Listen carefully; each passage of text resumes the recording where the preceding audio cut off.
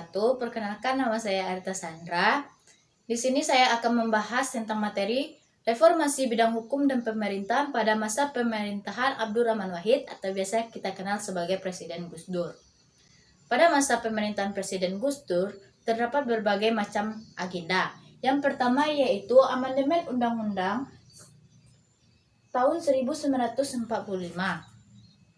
Pada masa ini, MPR melakukan amandemen Undang-Undang tahun 1945 pada tanggal 18 Agustus tahun 2000. Amandemen ini sesuai dengan kaitan agenda reformasi yang berisi tentang susunan pemerintahan pusat, provinsi, kota, dan kabupaten.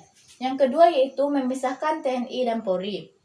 Pada masa Orde Baru, TNI dan Polri disatukan menjadi ABRI, yaitu Angkatan Bersenjata Republik Indonesia. Sedangkan pada masa pemerintahan Presiden Gus Dur, TNI dan Polri dipisahkan menurut fungsinya masing-masing. TNI berfungsi sebagai menjaga kedaulatan dan pertahanan negara, sedangkan Polri bertugas sebagai menjaga keamanan dan ketertiban masyarakat. Agenda yang ketiga yaitu kasus KKN 6 Desember tahun 1999. KKN, kolusi, korupsi, dan nepotisme. Pada masa pemerintahan Presiden Gus Dur, kembali dibukanya kasus ini, yang dimana memperoleh hasil Presiden Soeharto sebagai tersangka kasus KKN di berbagai yayasan yang dipimpinnya.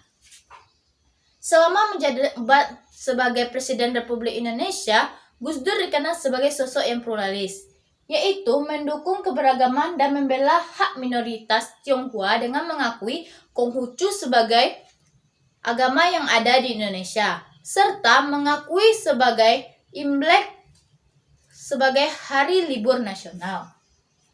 Lalu, jatuhnya masa pemerintahan Presiden Gus Dur.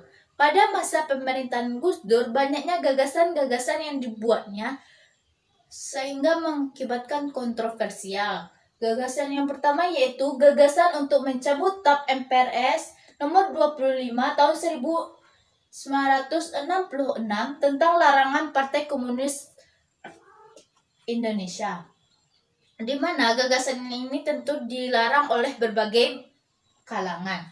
Yang kedua yaitu gagasan kerjasama perdagangan dengan negara Israel.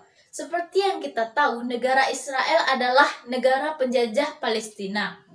Tentunya gagasan ini tidak sesuai dengan pembukaan Undang-Undang tahun 1945 yang berbunyi tentang penjajahan di atas dunia harus dihapuskan. Yang ketiga yaitu mengangkat Kapolri tanpa persetujuan DPR. Hal ini mengakibatkan hubungan DPR dan Presiden Gus Dur tidak harmonis. Lalu, kepercayaan masyarakat Republik Indonesia kepada Presiden Gus Dur semakin menipis karena terkuaknya kasus-kasus. Yang pertama yaitu kasus Bulog, yaitu dugaan penggunaan dana kesejahteraan karyawan Bulog sebesar 35 miliar. Dan kasus yang kedua yaitu Brunei, yaitu dugaan pencairan dana bantuan Sultan Brunei Darussalam sebesar 2 juta US dollar. Lalu, DPR membentuk panitia khusus atau pansus untuk melakukan penyelidikan terhadap Gus Dur dalam 2 kasus tersebut pada tanggal 1 Februari tahun 2000. Kemudian, DPR mengeluarkan memorandum peringatan kepada Presiden Gus Dur. Yang pertama yaitu Undang-Undang 1945 pasal 9 tentang sumpah jabatan.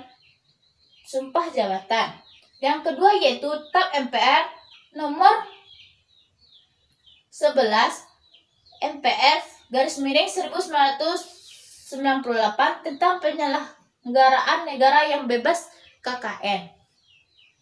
Pada tanggal 28 Mei tahun 2000, Jaksa Agung Marzuki Darusman mengumumkan bahwa Presiden Gus Dur tidak terkait dalam 2 kasus tersebut. Lalu hubungan Gus Dur dan DPR semakin menegangkan. Gus Dur dan DPR Gus Dur mengancam DPR jika DPR melakukan sidang istimewa kepada MPR. Gus Dur akan mengeluarkan dekret yang berisi percepatan pemilu. Nah, jika pemilu dipercepat, maka pergantian anggota DPR akan semakin dipercepat. Lalu pada tanggal 21 Juli tahun 2001, atas pemerintahan DPR, MPR melaksanakan sidang istimewa dengan agenda memberhentikan Gus Dur sebagai Presiden Republik Indonesia.